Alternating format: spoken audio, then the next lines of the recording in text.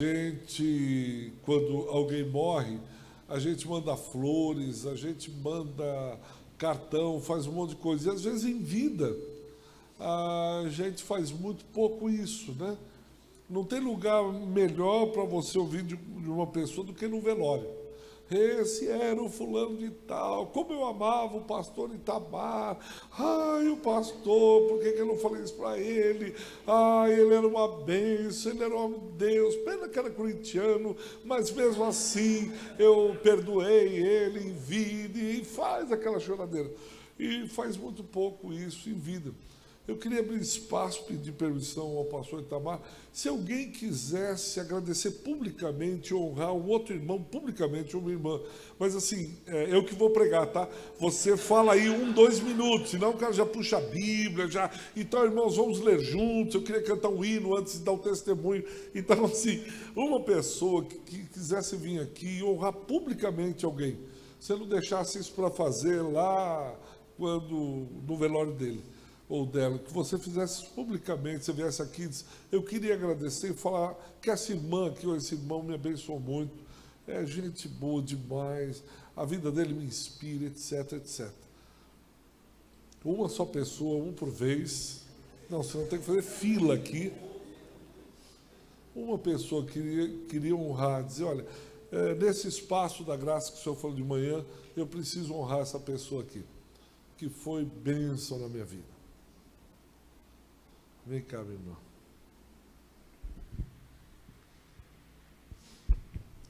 Eu gostaria de honrar alguém que todo mundo massacrou nesse retiro. Nosso irmão Emerson. Todo mundo viu que ele errou o caminho, mas ninguém viu que ele estava a semana inteira na igreja. Esse som aqui, ele que tem tomado a frente das coisas. É alguém que a gente pode confiar, né, pastor? A gente deixa as funções, né? A gente conta com a ajuda e ele é uma pessoa que se prontifica, que vai em cima, que não tem preguiça, sabe? Não tem tempo ruim com ele também. E é um homem que tem abençoado a nossa vida, tem abençoado o Ministério de Louvor, às vezes se desdobra entre a mesa e cantando. E eu agradeço a Deus pela sua vida, acho que o grupo todo, e que você continue esse homem sendo bênção na nossa vida. Não liga para essa coisa de GPS, não, que é... Mas esse não é seu dom, é. Deus te abençoe, Emerson. Amém. Amém. Mais uma pessoa? Vem cá, meu irmão. Tá, então tá bom. A pessoa está perto, vai escutar.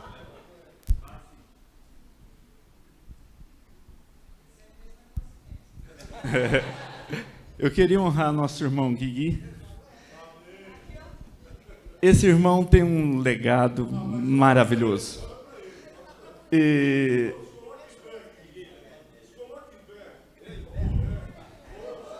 é muito querido, tem abençoado muito a minha família. Nós queríamos que a nossa filha Sara também estivesse aqui hoje, mas não é por falta do esforço dele e nem do nosso. Mas, enfim, ela não quis estar aqui, mas esse é um irmão que cuida de todos os irmãos da igreja, e Deus o tem honrado, e ele é muito maravilhoso no nosso meio.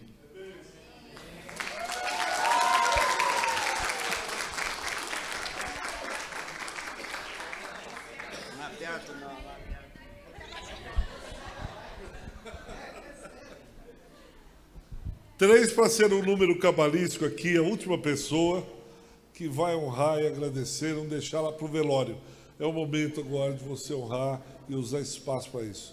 Uma última pessoa.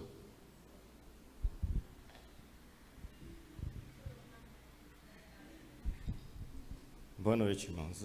Na verdade, eu queria agradecer o Ricardo e a Tânia, que deu um curso de casal. Peraí, por favor, levanta. Que quem participou do curso de casal, esses irmãos são bênçãos na vida da gente, porque a gente tem muito que aprender com esses dois aí, em relacionamento, porque a gente começa pensando que estamos bem, né? Nem todos estão bem, mas a gente começou pensando que estava bem, mas daí você começa a achar erro. Aí teve um dia que eu e a Cris estava no quarto, falei, rapaz, nós ficar 10 minutos aqui, nós vamos arrumar rolo para nós, esse negócio. Mas que Deus abençoe esse casal, que são pessoas de Deus, pessoas que qualquer um precisar de conselho. Tem dois casal, o casal ali é amado por Deus. Tá? Vai lá com a Cris, dá um abraço neles. Cris, por favor, vai lá dar um abraço neles e honra o irmão, abençoa. Esse é o espaço da graça, esse é o espaço onde a gente pode falar uns dos outros. A gente briga, a gente faz tudo, mas tem também esse momento que a gente honra uns aos outros e diz, olha, esse irmão valeu a pena, ele tem usado, ele tem oferecido o seu corpo para ajudar a gente, tem oferecido o seu dom, tem oferecido o seu talento para abençoar aqui a comunidade. E assim, você viu gente diferente, gente abençoando gente se colocando à disposição do outro. É isso, não tem segredo, não tem mistério, mágica, nada. É gente que se dispõe, é o que nós falamos de manhã. Romanos 12, versículo 1, oferecendo o vosso corpo. Eu ofereço o corpo.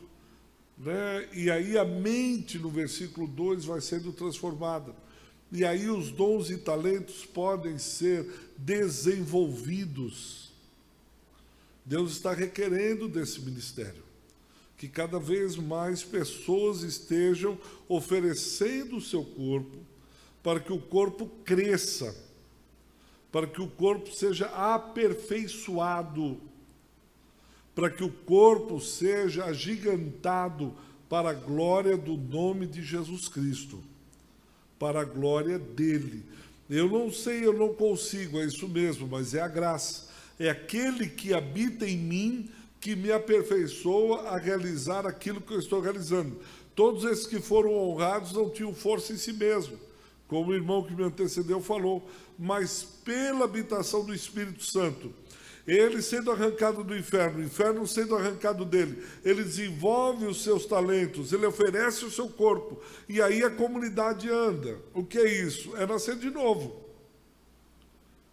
E aí deve existir esse projeto, ou melhor, esse espaço. Então a salvação, o novo nascimento como projeto.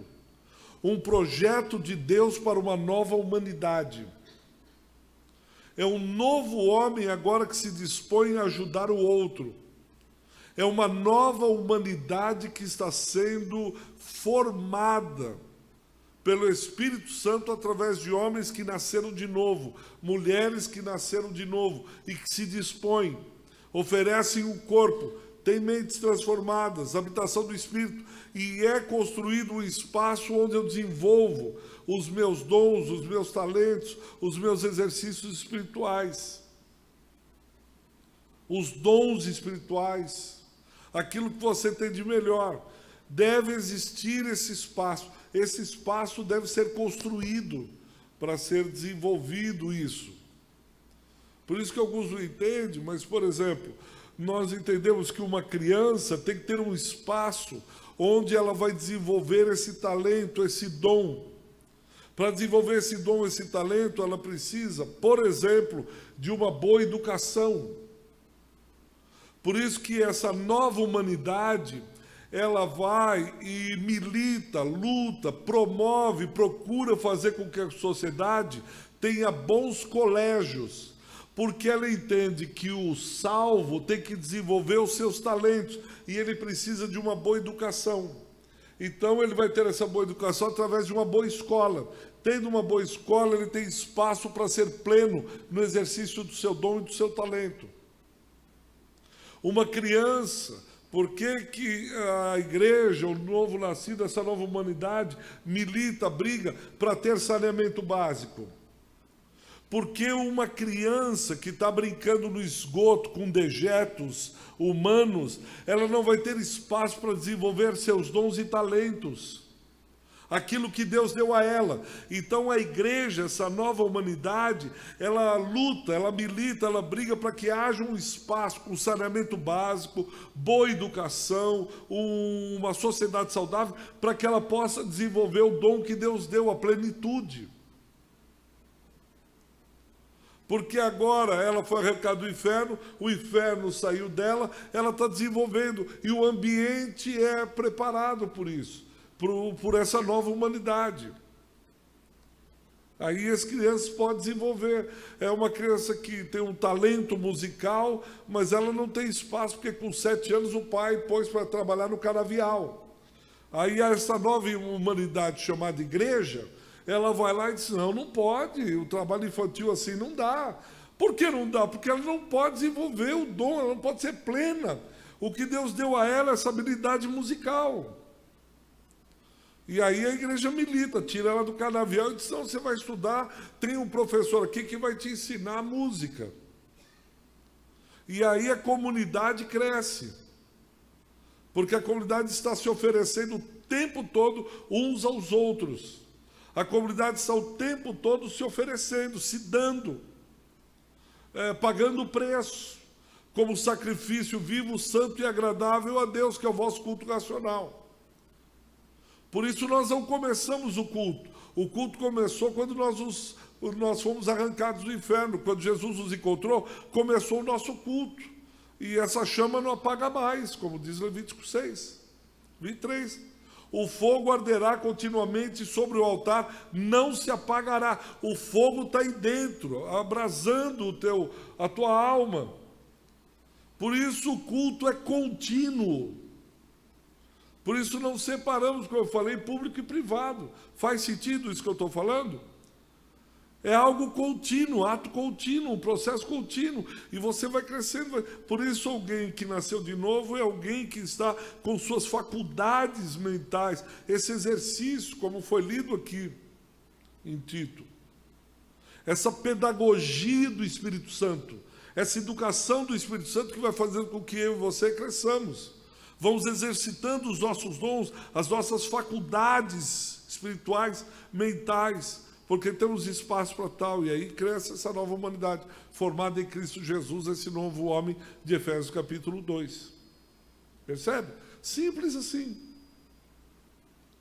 E aí nós vamos crescendo. E aqueles que estão ao nosso redor, a sociedade, são salgados. A luz começa a brilhar. Eles começam a perceber que esse povo de Deus tem alguma coisa diferente. Esse povo de Deus não é alguma coisa, não é uma religião. Não é mais um grupo de doidos que se reúnem para ficar cantando o dia inteiro. Ele começa a entrar na sociedade, começa a salgar. Esse é o processo do novo nascimento.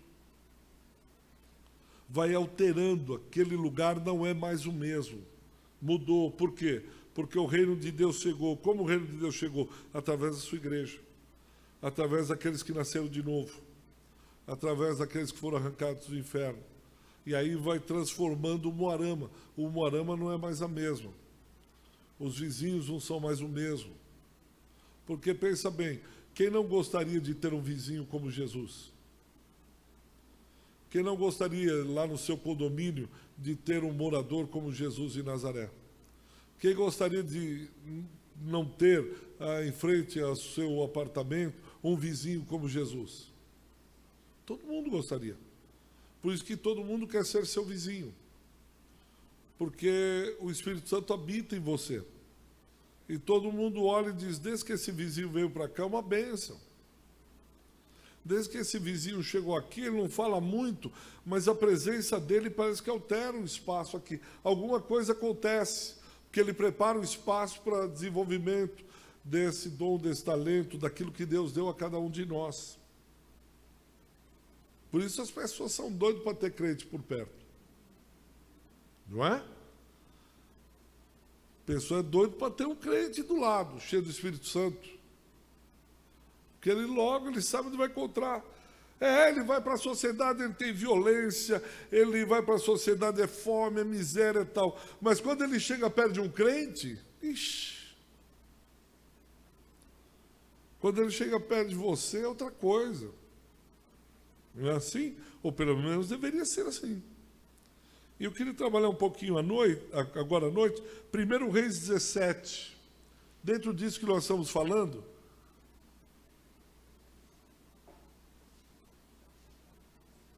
você vai perceber que tem uma pessoa assim, um profeta que surge. O nome dele é Elias, 1 Reis 17. Ele é Elias, o tesbita.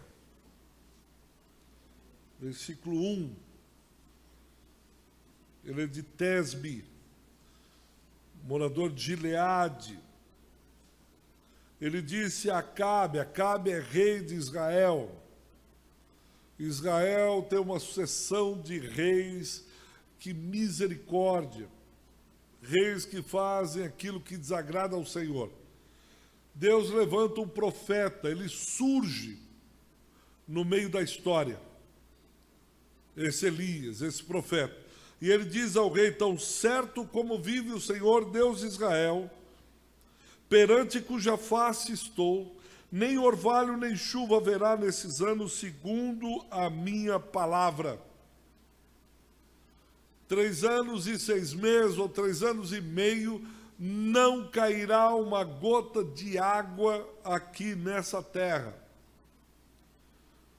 Logo no 2º versículo, Deus diz assim: olha, você vai fugir daqui, vai sair daqui.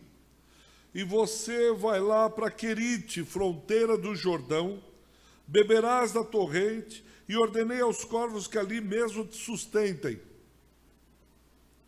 5. Foi, pois, e fez segundo a palavra do Senhor. Retirou-se e foi junto à torrente do Querite, fronteira do Jordão.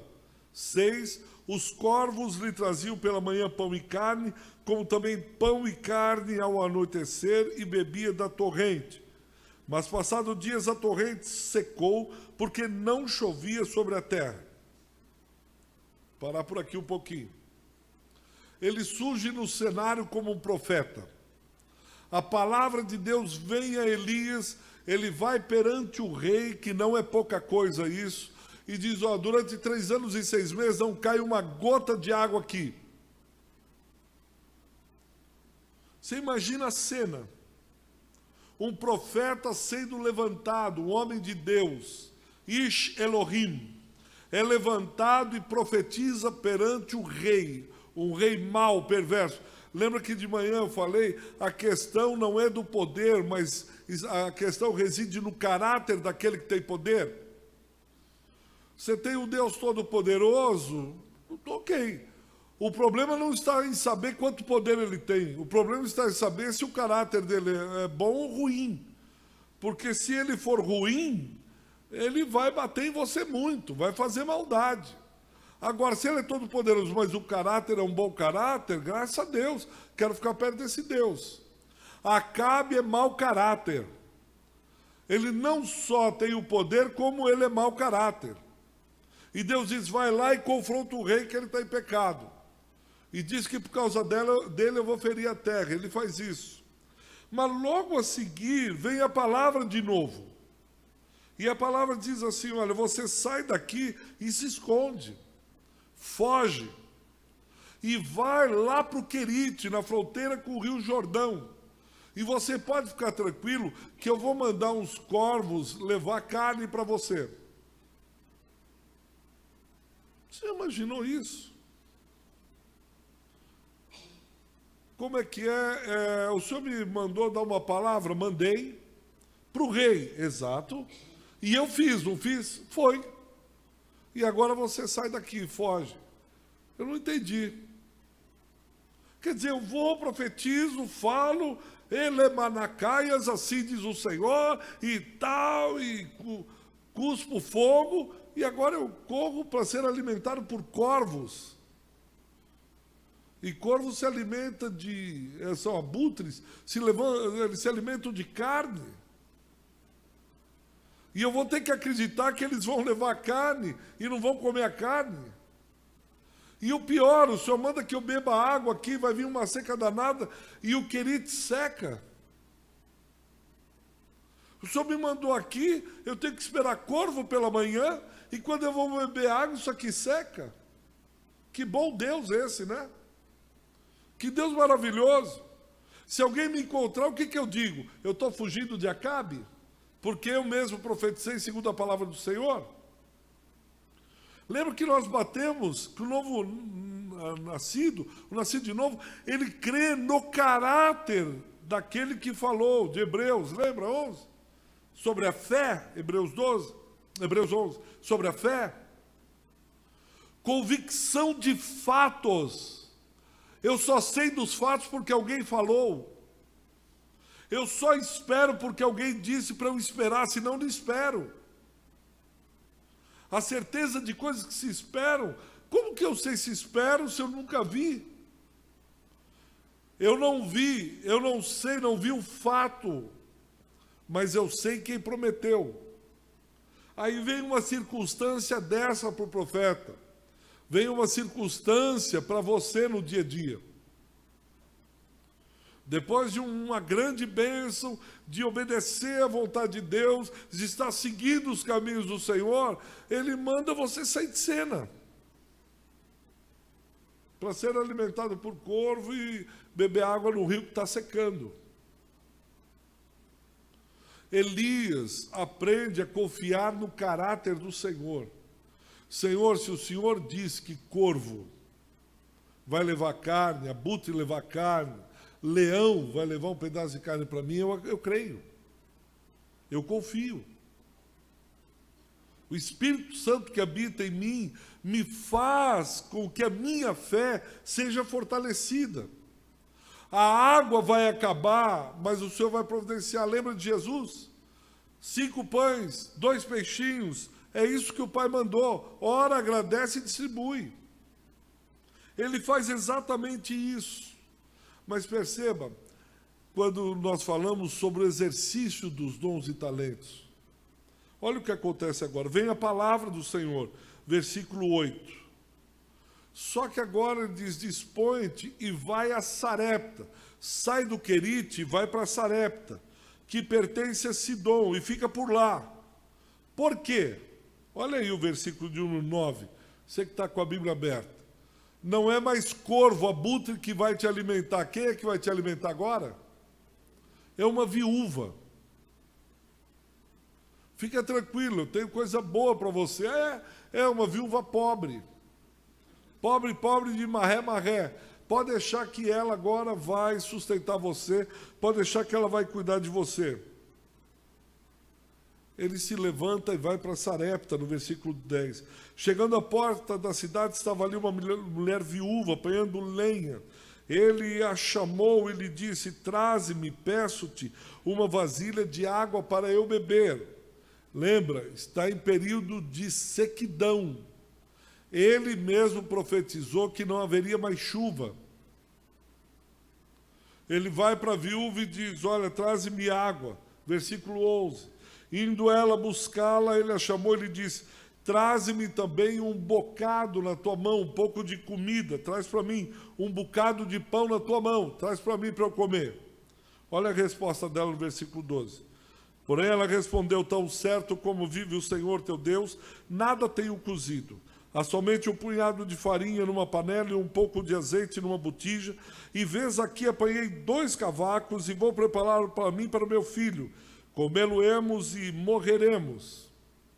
Elias olha e diz, não temas, vai, faze o que disseste, mas primeiro faze dele para mim um bolo pequeno, traze-mo aqui para fora, depois farás para ti mesmo e para teu filho. 14. Porque assim diz o Senhor Deus de Israel, a farinha da tua panela não se acabará, o azeite da tua botija não faltará, até o dia em que o Senhor fará chover sobre a terra. Foi ela, fez segundo a palavra de Elias, assim comeram ele e a sua casa muitos dias. Da panela da farinha não se acabou, da botija o azeite não faltou, segundo a palavra do Senhor por intermédio de Elias. 17. Depois disso adoeceu o filho da mulher da dona da casa, e a sua doença se agravou tanto que ele morreu. Então disse ela a Elias, que fiz eu, ó homem de Deus, vieste a mim para trazeres à memória minha iniquidade e matares meu filho? Ele lhe disse, dá-me o teu filho. Tomou dos braços dela, o levou para cima ao quarto, onde ele mesmo habitava, e deitou em sua cama. Então clamou ao Senhor e disse, ó Senhor meu Deus, também até a esta viúva com quem me hospedo afligiste, matando-lhe o filho? E estendendo-se 3 vezes sobre o menino, clamou ao Senhor e disse: ó Senhor meu, rogo-te que faças a alma desse menino tornar a entrar nele. O Senhor atendeu a voz de Elias, e a alma do menino tornou a entrar nele e reviveu. Elias tomou o menino e trouxe do quarto a casa e o deu à sua mãe e lhe disse: vê, teu filho vive. Então a mulher disse a Elias: nisto conheço agora que tu és homem de Deus e que a palavra do Senhor na tua boca é verdade. Nesse relacionamento de Elias com essa viúva que eu queria trabalhar hoje à noite um pouquinho com os irmãos para refletirmos dentro daquilo que nós conversamos pela manhã. Quem que é essa mulher? Muitas vezes nós olhamos pelo lado de Elias. Elias está sendo tratado pelo Senhor. Elias teve que aprender a depender do Senhor, mesmo sendo um profeta, mesmo sendo o cara que foi e pôs o dedo no nariz do rei Acabe. Ele tem que aprender a depender do Senhor, aprender que o Senhor pode trazer comida para ele através de abutre. Ele muda a natureza do abutre, se for necessário, para que o abutre não coma carne e traga até ele. Ele precisa vivenciar, experimentar essa verdade. Não é lendo em livros. Ele está desenvolvendo o seu relacionamento de confiança com Deus. Ele é homem de Deus. Ele é nascido de novo. Ele é homem do Senhor, ele tem que aprender a desenvolver, ele tem que aprender a ver o rio secando, secando, secando, secando. Ele diz: eu não morrerei. Se Deus quiser, ele enche esse rio agora. E ele fica até o fim. Não só isso. Aí Deus diz: nós vamos continuar. Porque isso que você tem, Elias, esse relacionamento, esse dom seu, essa tua maneira de ser, vai ter que ser passada a outras. Você vai ter que isso ser desenvolvido num espaço comum, num espaço comunitário. Ah, é, Senhor? É. Agora você vai para Sarepta e você vai confiar que uma viúva alimentará você, uma viúva pobre. Veja, Deus não só está trabalhando com o profeta, Deus está trabalhando com a viúva. Trabalhando o que com essa viúva? Ela também precisa aprender a confiar no caráter de Deus. Ela vai ter que aprender a confiar que Deus não a abandonará. A viúva em Israel, a primeira vez que é usada é Gênesis 38, 11. Com Tamar, quando fica viúva. Seu marido morre e aparece primeira vez essa palavra viúva. E a lei do levirato. O irmão, depois do irmão mais velho, tem que se casar com a viúva. A viúva tem que se vestir como viúva. A viúva, o vestido da viúva, ele é enlutado, ele é preto, como as vestes de velório. Ela vive num velório eterno. Não só isso, se não tiver alguém para desposar essa viúva, ela fica isolada, ela fica vulnerável, ela fica largada lá no meio. Ela é contada em Israel como os pobres, pessoas pobres, miseráveis. Imagina se fosse contar na igreja, tem 2 viúvas, o pastor contando diz: por favor, os pobres, miseráveis e viúvas, sentem à minha esquerda. Ela é contada entre aqueles que são marginais da sociedade.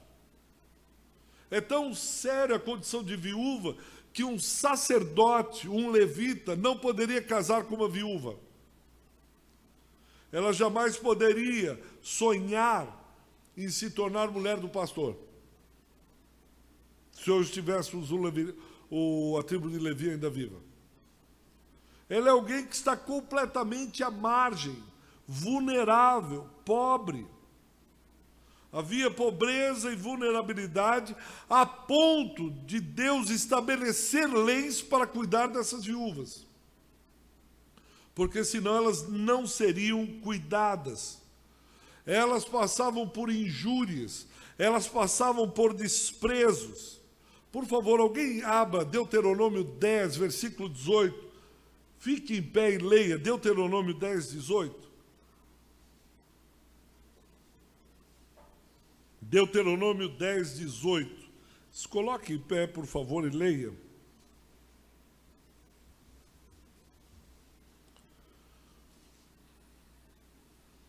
Deuteronômio 10, 18.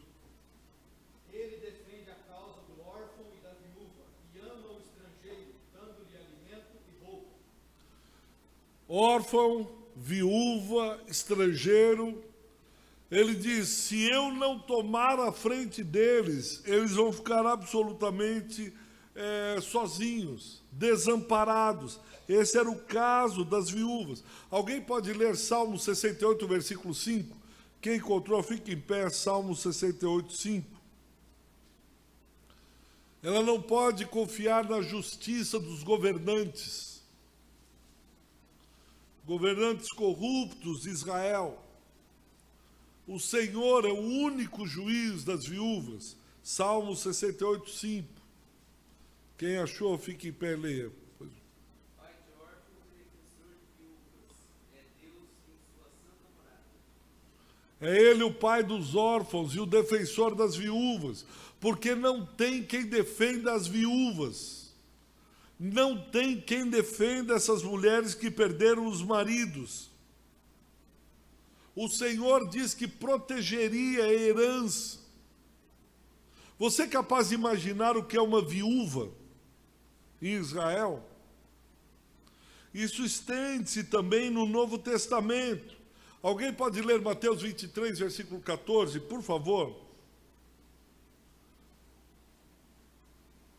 Ela não tem herança, só Deus para proteger a herança dela. Ela não tem quem a defenda, por isso Deus é que defende. Ela não pode contar com um juiz, que o juiz também não julga a causa dela. Mateus 23, 14.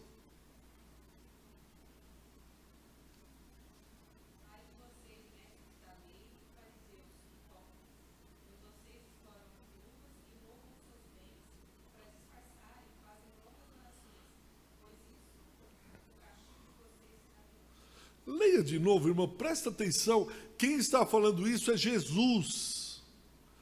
Mestres da lei, fariseus, hipócritas, pois vocês exploram as viúvas e roubam os seus bens, e para disfarçarem fazem longas orações. Por isso o castigo de vocês será pior. Quem é que está explorando as viúvas?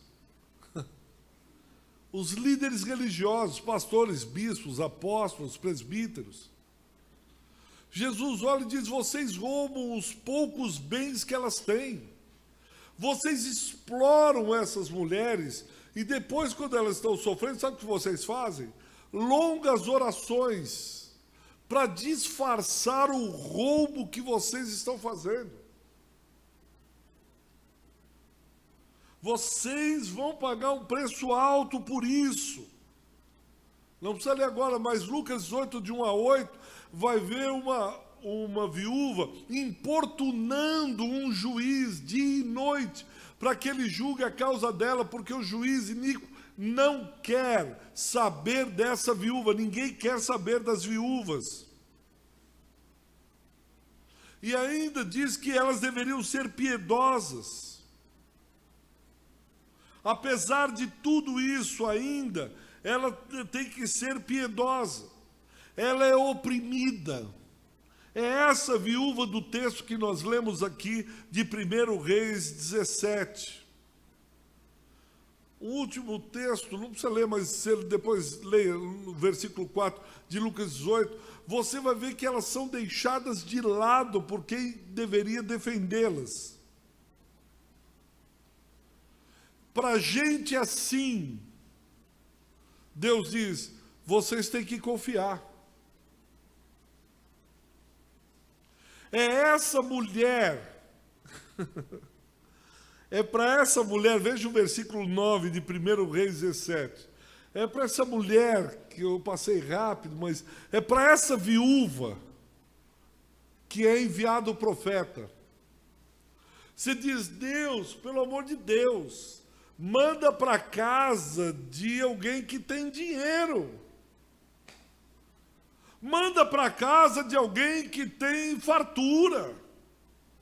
O cara está lá num condomínio fechado, ele tem uma adega, um estoque de comida.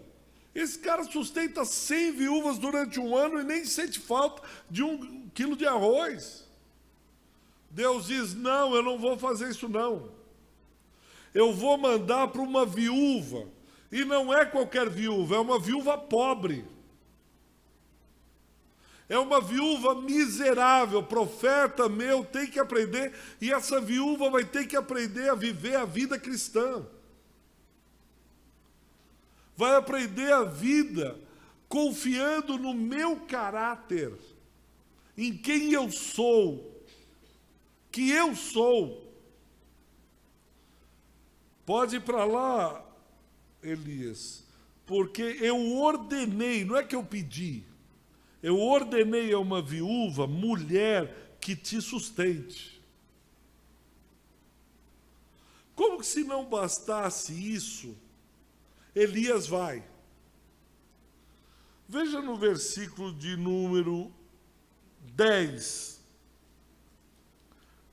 Os 2 versículos finais, ele chega já pedindo. Traze-me água. Ela foi, água ainda tinha. Mas parece que ele vai mais um pouco. Lembra de mãe quando eu falei de provocação? Versículo 11. Ela vai buscar, ele achou, vem aqui, volta aqui, volta aqui. O que foi? Traze-me também um bocado de pão na tua mão. Deixa eu perguntar para você, que você é crente. Imagina um pastor entre uma viúva, pobre, ou mulher pobre. Não tem um cão para puxar pelo rabo. Aí você vê o pastor dizendo, irmã, vai lá, pega o que a irmã tem e traga aqui para a igreja, que eu vou levar para a minha casa. O que você diria desse pastor? Eu tenho um pouco de dinheiro que eu ganhei hoje, R$10, trago o dízimo hoje. O que você diria desse pastor? Claro que você entenderia o texto e dizia, o pastor está fazendo isso porque Deus está nesse negócio, o pastor só está obediente à vontade de Deus, etc.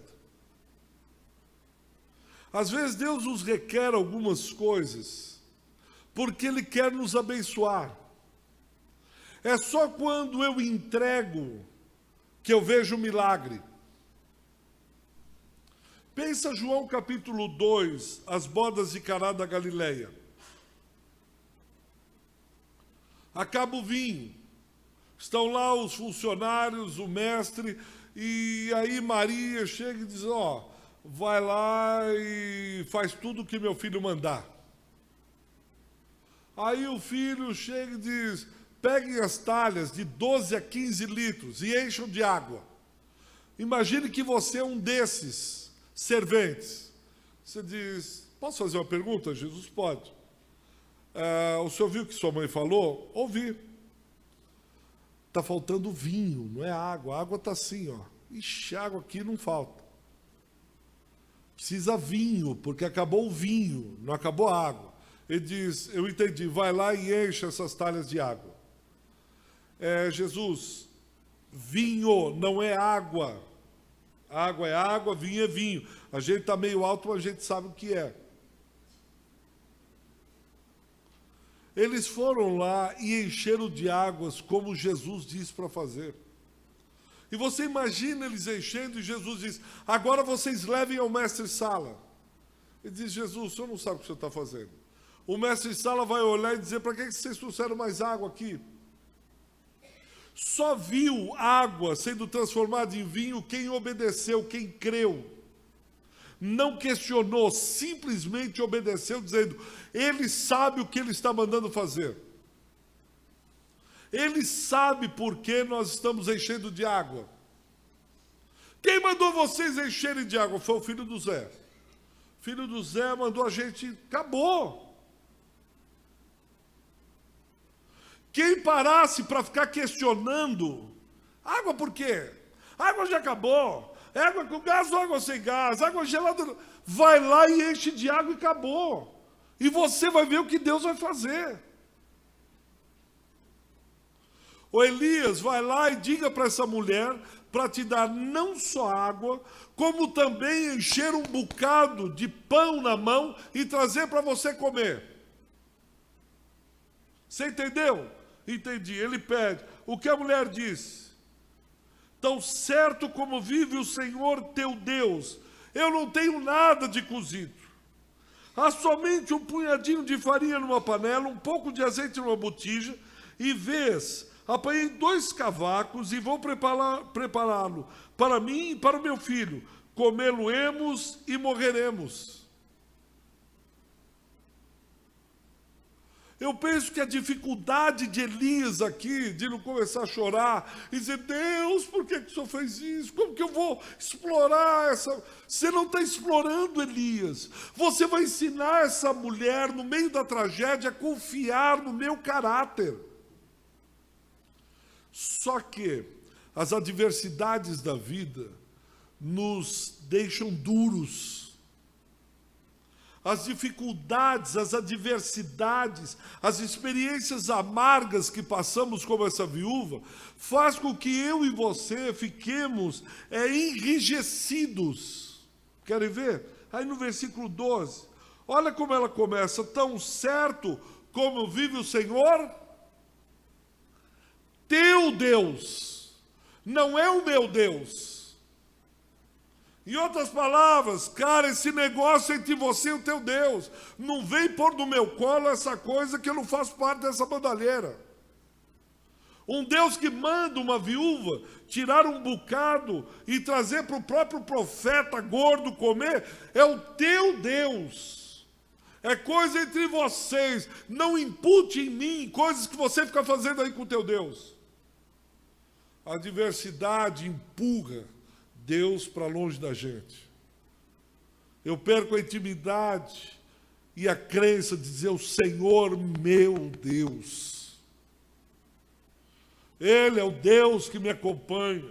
Ele é o Deus que me chamou. Ele é o Deus que me arrancou das trevas. Ele é o Deus que cuida de mim. Ele é o Deus da providência. Ele é o meu Deus, o Deus da minha... Não, é o teu. O pastor, esse negócio é teu, se vira. É entre você e o teu Deus, eu não tenho nada a ver com isso. Não. A adversidade, desconfiança, os dias maus, os dias ruins que a Bíblia fala, tem que aproximar a gente do nosso Deus. Independente de qualquer sentimento, porque os nossos sentimentos nos traem. Os nossos sentimentos, muitas vezes, nos jogam contra esse Deus. Irmã, como que é o seu nome? Sandra. Sandra, você está sentindo que você está de brinco? Mas ele está aí. Ela está de brincos, independente do sentimento dela. Porque eu não sei qual razão que agora nós começamos a detectar Deus pelos sentimentos. Eu não sinto que Deus está hoje aqui nesse lugar. Esse meu pelinho aqui não levantou. Porque quando Deus eu arrepio toda, e esse pelinho levanta. E olha, ainda não levantou. Isso aqui não tem nada. Deus disse, o Senhor nosso Deus, o Senhor meu Deus, disse que estaria aqui nessa noite. Porque onde 2 ou 3 estiverem reunidos, vai estar. Deus está aqui. Eu não estou sentindo, independente do teu sentimento, Ele está. Independente da Sandra sentir o brinco na orelha dela, o brinco está lá. Deus está aqui, velando por você, olhando por você, ouvindo o que nós estamos falando, ouvindo o intuito do seu coração, lendo os seus pensamentos. E de alguma maneira nós misturamos sentimentos com confiança no caráter do Senhor. Independente dos meus sentimentos, aquele culto não me causou arrepio nenhum. Aquele culto não me fez balançar a cabeça. Deus falou comigo, Deus estava lá, Deus operou, Deus ministrou o meu coração. Independente de quantos pelinhos do braço arrepiar ou não. Deus está lá. É o Senhor nosso Deus. E ela diz, eu só tenho um punhado de farinha, um pouco de azeite na botija, e vês aqui, apanhei 2 cavacos e vou preparar para mim e para o meu filho. É uma religião que fica adoecida. Eu represso. É para mim e para os meus, para mais ninguém. Eu quero o melhor para mim e para os meus. Ela faz isso. Ela não olha, e como de manhã nós falamos, quando Jesus pega os pães, ele reparte. Tem pouquinho peixe, então dispensa a multidão, vamos ficar só nós aqui, porque só tem 5 pãezinhos, 2 peixinhos, a gente come entre a gente. Fala para a multidão ir embora. Não reparte. Deus envia o profeta lá porque ele precisa ensinar essa viúva.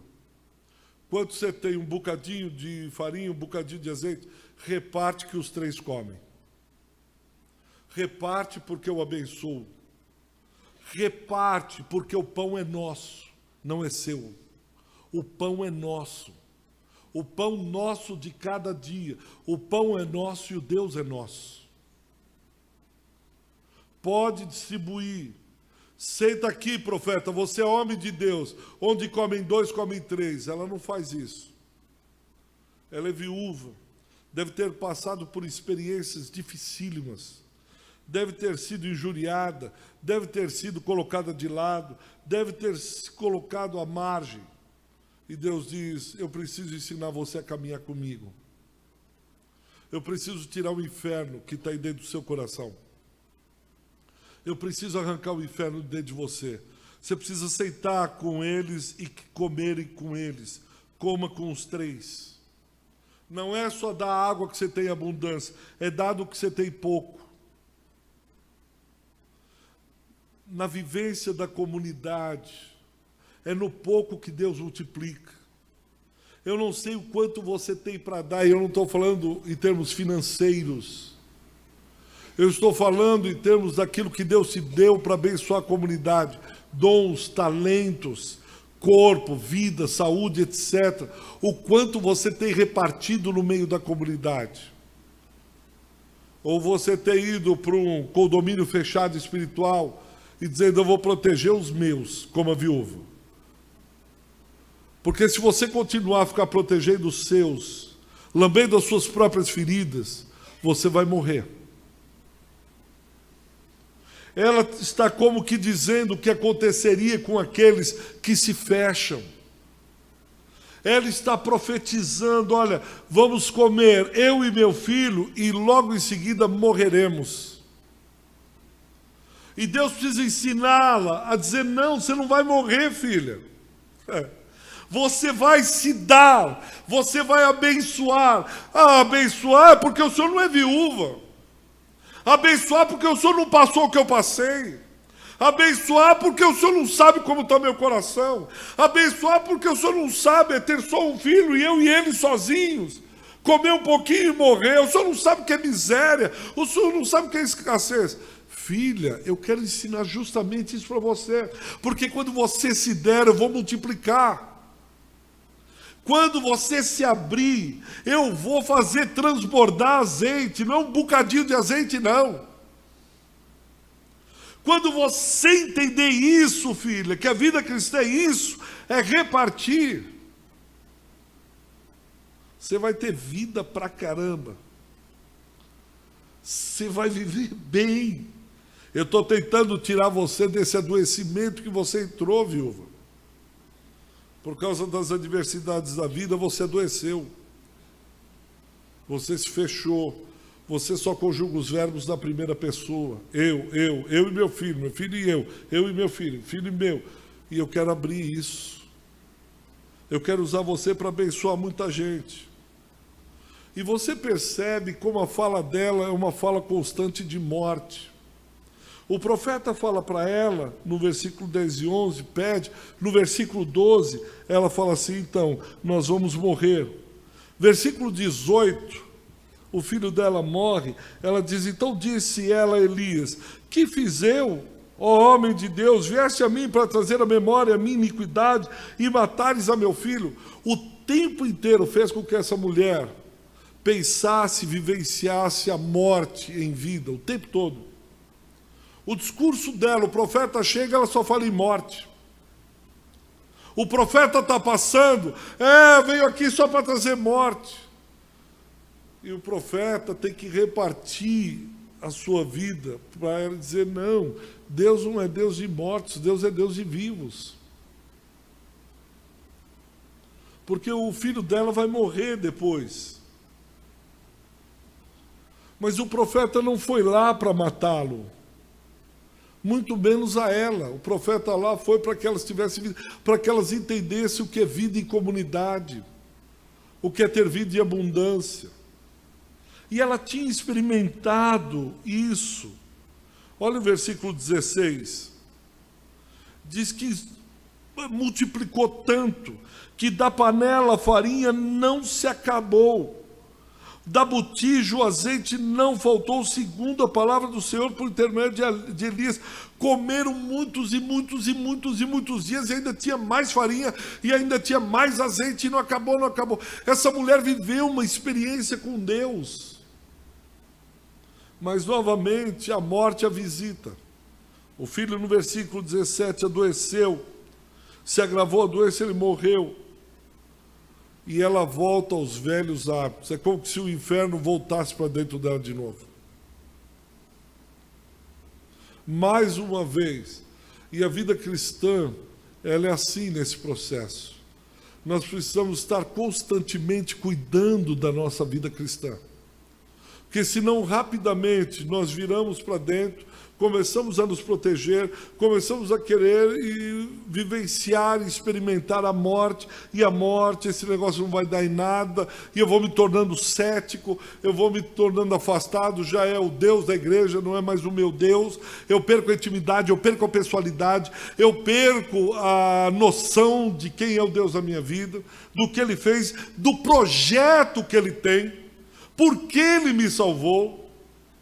Mas aí, o mais bonito é que Deus insiste. Deus poderia dizer para o profeta, vira as costas e vai embora e deixa essa mulher morrer. É só mais uma viúva. Mas Deus diz, não, eu vou insistir com essa mulher. Ele diz no versículo 19, dá-me o teu filho. Tomou dos braços dela, levou para cima no quarto, onde ele mesmo habitava, e o deitou em sua cama. Então clamou ao Senhor, disse ao Senhor, meu Deus, também até esta viúva com quem me hospeda afligisse, matando-lhe o filho. Deus está trabalhando com o profeta agora. O que é que o profeta, o que é que vê a imagem dele? Há pessoas que uns sentimentos, lembra que eu falei de manhã, que a cura, o processo dos sentimentos. O profeta também está passando por adversidades, momentos difíceis. Aí acontece mais um percalço, acontece mais uma coisa, o que ele fala? Já sei, eu sou figurinha carimbada, é só comigo. O Senhor me trouxe aqui para que pudesse me pisar mais ainda. Onde eu passo é morte, onde eu passo é diz, ó céus, ó vida. E Deus diz, mas Elias, eu trouxe você aqui para usar a sua vida, você é profeta. Eu trouxe você aqui porque essa mulher vai testemunhar a ressurreição. Nós vamos mostrar para o mundo que assim como esse menino ressuscitou, o meu filho vai ressuscitar ao terceiro dia, Elias. Eu estou numa grande obra, eu te salvei para uma grande obra. Caiu a ficha, Elias. Não é para rastro de destruição e morte, meu filho. Nós vamos mostrar ao mundo o poder da vida que é em Cristo. Nós vamos mostrar ao mundo o poder da ressurreição. Você entendeu isso? Eu vou estender a minha destra e vou tirar o meu filho da sepultura. Por isso você profeticamente faça isso com esse menino. Essa mulher é viúva, ela não tem como se manter, ela não tem o que fazer. Mas o Deus interviu, foi lá e arrancou a morte e trouxe vida. Mas o profeta faz o quê, esse homem de Deus? Onde eu ando, é só tragédia, porque, Elias, pelo amor de Deus, vai, Elias, dá um tempo. Tá doido, som. Deus está para realizar, e eu fico imaginando o que Deus tem para realizar na sua vida aqui, meu irmão. O que Deus tem para realizar na sua vida, e você está como Elias, dá um tempo.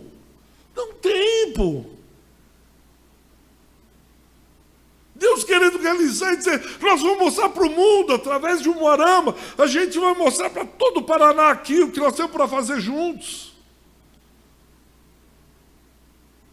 Mais ou menos como aquela história da formiguinha, que tinha ela e um elefante na beira do rio, e tinha uma ponte fraquinha. E aí a formiguinha disse, vamos atravessar? O elefante disse, eu vou atravessar. Ela disse, eu estou morrendo de medo, estão sabendo as minhas costas. E foi indo que a ponte balançava, e a formiguinha balançava. Quando chegou do outro lado, ela disse, eu e você chacoalhamos essa ponte hoje, hein? Eu e você arrasamos. Mas, formiguinha danada, você está morrendo de medo. Você estava na beira, Elias, você está aqui na beira, vendo a pontezinha, está morrendo de medo. Suba nas costas de Deus, seja humilde, diz Deus, sozinho eu não vou. Mas se o Senhor for comigo, nós vamos arrebentar essa ponte hoje. Vamos fazer essa ponte chacoalhar. Mas Ele precisa te arrancar daí. Ele precisa te arrancar daí, não para você começar, céus, vida, não. Versículo 22, Senhor meu Deus, rogo-te que faças a alma desse menino tornar a entrar nele. Senhor, eu ainda creio, o Senhor habita em mim, eu sou teu filho, mesmo com todas essas bobagens minhas. Ressuscita esse menino. 22, o Senhor atendeu a voz de Elias. O Senhor ouviu. Por isso que nós oramos aqui. O Senhor atendeu a tua voz. O Senhor atendeu a tua oração. Hoje, amanhã, depois de amanhã, Ele vai atender a oração. E a alma do menino tornou a entrar nele e reviveu. Ele toma o menino e entrega à mulher, diz, está aqui o teu filho.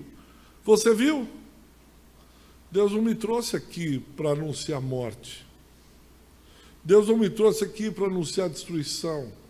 Você não vai morrer. Deus não só supriu tua necessidade, tem azeite aí para dar e vender, tem farinha para dar e vender, como teu filho está aqui. O que é que você precisa fazer? Confiar no caráter de Deus. Os teus sentimentos precisam estar seguros nele, na palavra dele, no que ele prometeu, no seu caráter. Fique tranquilo. Elias tomou o menino, trouxe teu filho, então a mulher disse a Elias, nisso agora conheço que tu és homem de Deus e que a palavra do Senhor na tua boca é verdade. Tanto Elias quanto a mulher foram tratados. Eu creio que o filho também testemunhou o resto da vida. Eu morri, mas passou um dia um homem de Deus. E quando eu estava morto, ele orou por mim. Minha mãe pediu para que ele orasse. E eu ressuscitei. Quantos testemunhos, depois que você passar pela vida de alguns, eles vão dizer, eu estava morto, eu estava com uma crise aqui, eu estava com uma crise ali, eu ia me separar, eu ia fechar minha empresa, eu ia me dar um tiro no ouvido, eu ia isso, aquilo.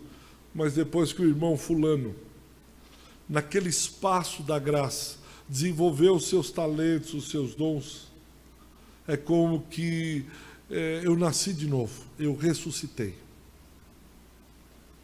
Hoje eu vivo. Porque aquele irmão passou por aqui um dia. Aquele irmão passou pela minha vida. E eu fecho o que eu disse amanhã. A salvação, o novo nascimento é um projeto de Deus, completo. Não é simplesmente gente levantando a mão dizendo, eu aceito a Jesus.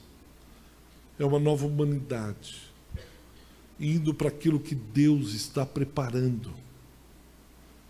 Meu irmão, você não faz ideia do que Deus pode fazer através da sua vida. Talvez muitos estejam aqui como a viúva. Pouquinho só tenho eu, meu marido, nós vamos fazer morrer. Deus diz, não. Lê do engano. O que eu tenho para você é muito mais. O que eu tenho para realizar é muito, mas muito mais. Eu ouvi um testemunho e nunca mais eu me esqueci. De uma senhora, num frio, muito frio no Canadá. Ela já estava em idade avançada.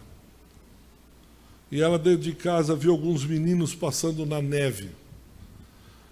E o Espírito Santo tocou o coração dela e ela disse, bom, vou chamar esses meninos. Fez uns biscoitos ali, disse, vocês não querem vir aqui?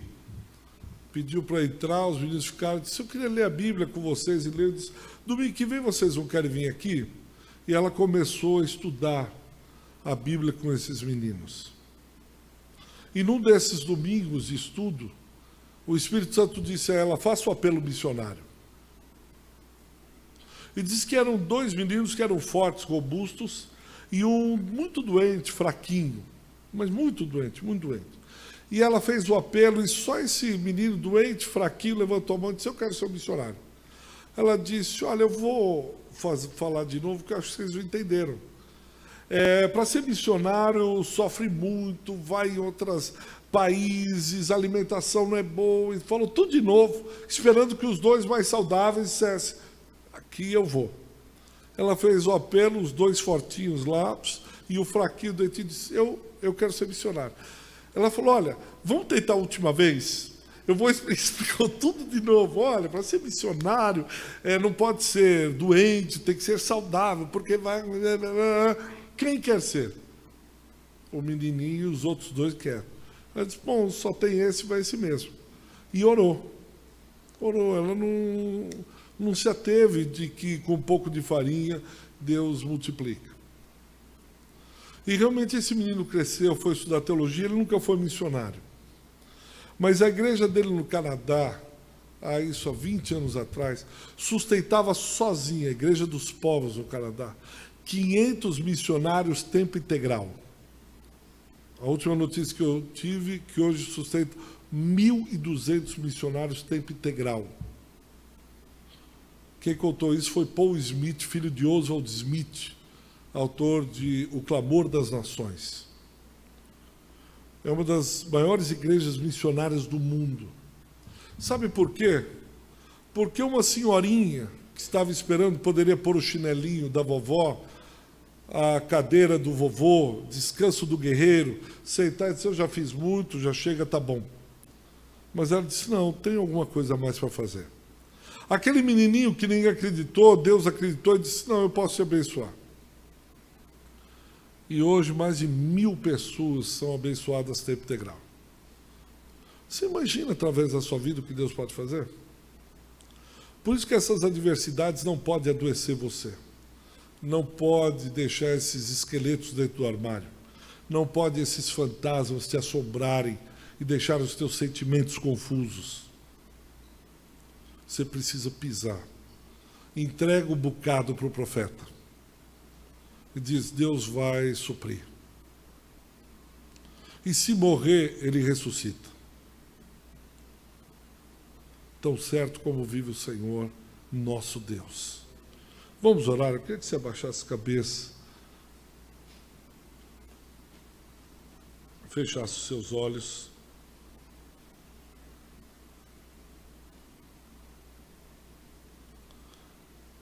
E a primeira coisa, eu queria que você pusesse a mão, você tinha liberdade, no ombro da pessoa que está ao seu lado. Ore por ela. Ministre sobre a vida dela. Peça a Deus, desenvolva o seu dom, o seu talento agora. Busca a Deus. Deus, usa esse meu irmão, usa essa minha irmã.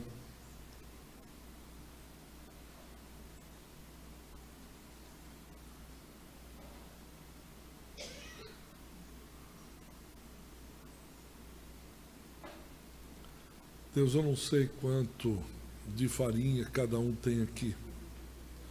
Eu não sei quanto de azeite. Também não sei quanto de adversidade, de dificuldade, de luta. Não faço a menor ideia. Mas o Deus que enviou Elias, o Deus que falou com a viúva, o Deus que ressuscitou o seu filho, esse está aqui, independente dos nossos sentimentos. Ele está aqui. E isso nos basta. Isso nos basta. Deus está aqui. E se Ele está aqui, isso faz toda a diferença. Eu peço em nome de Jesus que o Senhor trate os sentimentos de muitos dos teus filhos aqui. Traz cura àqueles que enrijeceram com a adversidade. Aqueles que, amargurados, chateados, se recolheram e se fecharam em seus castelos e claustros. Estão herméticos. Nada mais entra. Mas nós sabemos que o Senhor entra. Gentilmente, como um vento suave, uma brisa suave. O Senhor entra na nossa alma e traz refrigério, traz vida, e vida em abundância. Livra-nos de conjugarmos os verbos do passado, os verbos de morte, de destruição, de guerra, de catástrofe, de tragédia. Eleva-nos, Senhor, a conjugar os verbos de vida, de alegria, de celebração, de um novo tempo, em que esse espaço será espaço da graça e, por conseguinte, espaço da vida. Esse ministério será um espaço de vida abundante, de graça, de milagres, de ressurreição, de celebração, de gente honrando gente, de gente se dando para gente, de gente como gente deve ser. De gente que olha para Jesus e deseja ser igual. Gente orando por gente, gente abençoando gente. Que esse ministério seja o espaço onde Deus atua, onde Deus se move, onde Deus realiza, onde Deus é verdadeiramente Deus. Seja assim, tal aconteça no meio desse ministério, no meio dessa gente, em nome de Jesus.